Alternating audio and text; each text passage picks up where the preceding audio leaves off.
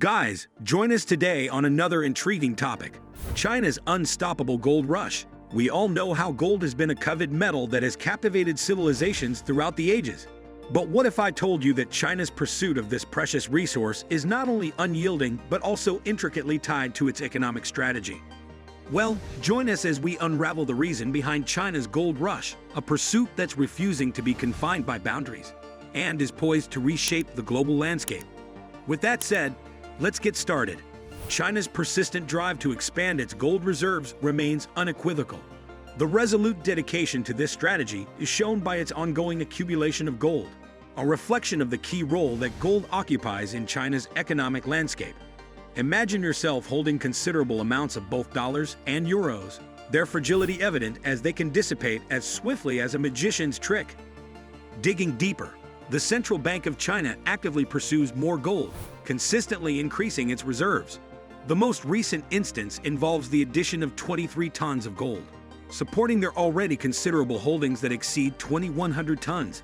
However, it's worth noting that doubt surrounds China's officially reported figures, with many believing their gold reserves exceed the stated amount. China has essentially become a magnet for gold. The spotlight on gold and discussions and the growing interest in its accumulation are spurred by the ongoing instability of fiat currencies. In this context, gold shines as a universal store of value. Shifting to the financial world, one might wonder about the source of China's funds for these gold acquisitions. It appears these funds may originate from the sale of U.S. treasuries.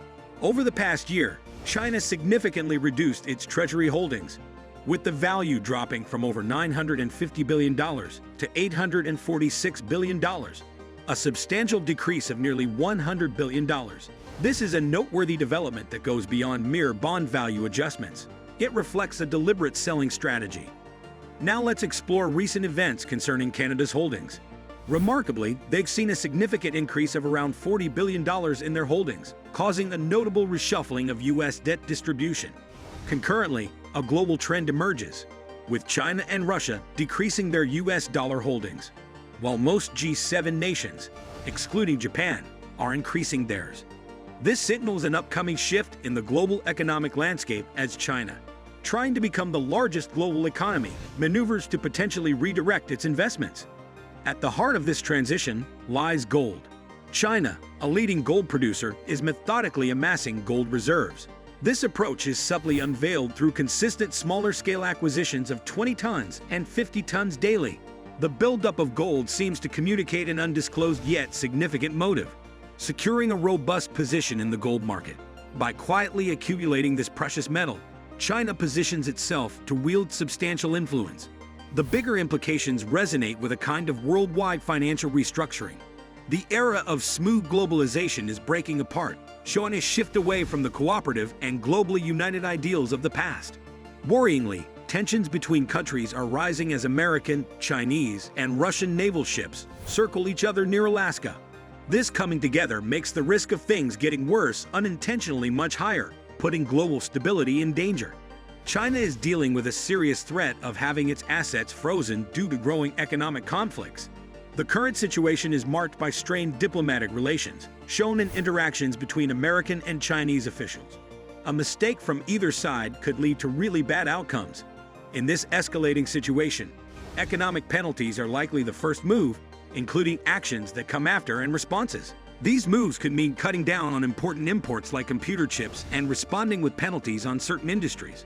Although these penalties might hurt for a little while, China's ability to adapt and create new solutions gives it strength, along with the eventual development of other options. However, a big worry for Beijing is the risk that the extensive treasury holdings, which have reached over $850 billion, might lose value. These assets are really important for China's economic stability, and their value could drop a lot, causing economic problems. China's large foreign exchange reserves, which are around $3.2 trillion, give some protection against these situations. Still, it's important to carefully look at the numbers to understand how this could affect China's economic position.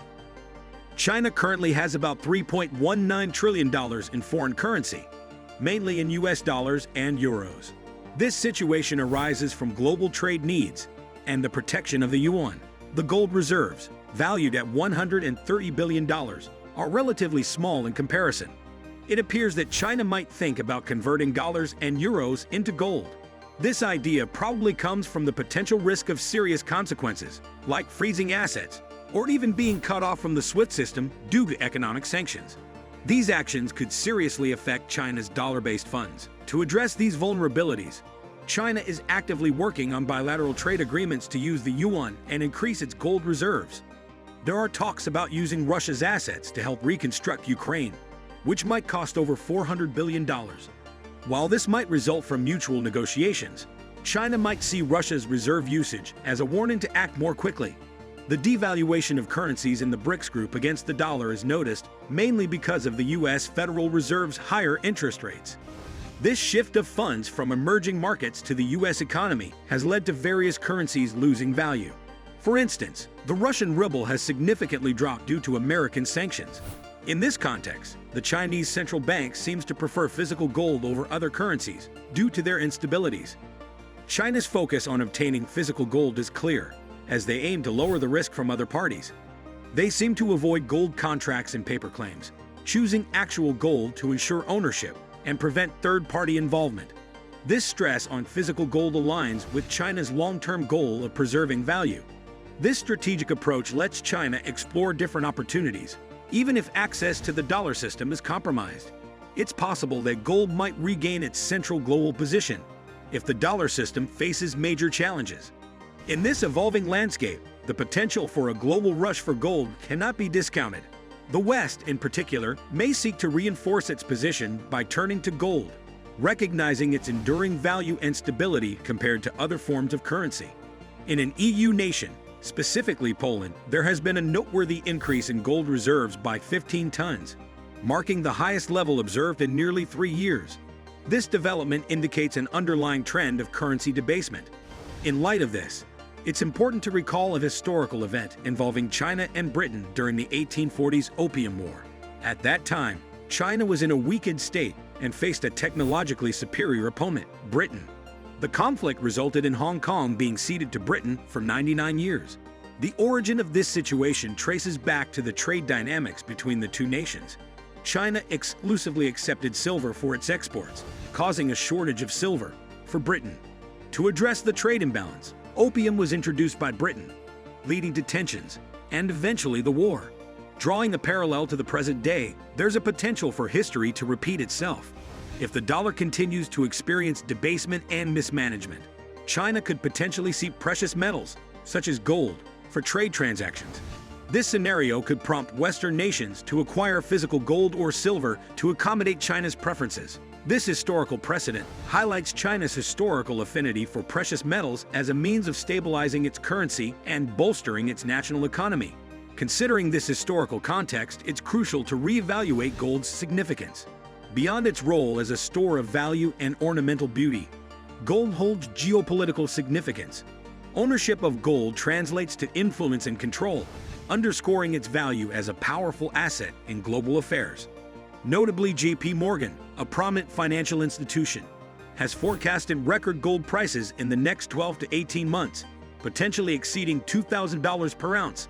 Their prediction is driven by factors including expected Federal Reserve rate cuts, diminishing real yields, steady central bank demand due to dollarization, and geopolitical uncertainties.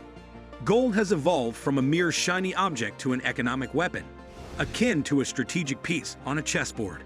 While the exact timeline remains uncertain, the longevity of the dollar system is challenged by consistent deficit spending and inflation due to excessive borrowing by Congress. The eventual shift towards a less dollar-centric global economy seems inevitable, although the exact timeframe remains uncertain, spanning from a few years to several decades. Now, do you believe that history is on the verge of repeating itself as China's pursuit of gold gains momentum? Could this signal a significant shift in the global economic landscape? Share your thoughts with us in the comments section below. And don't forget to hit that subscribe button to stay informed about more engaging content like this. Thank you for watching, and I'll catch you in the next video.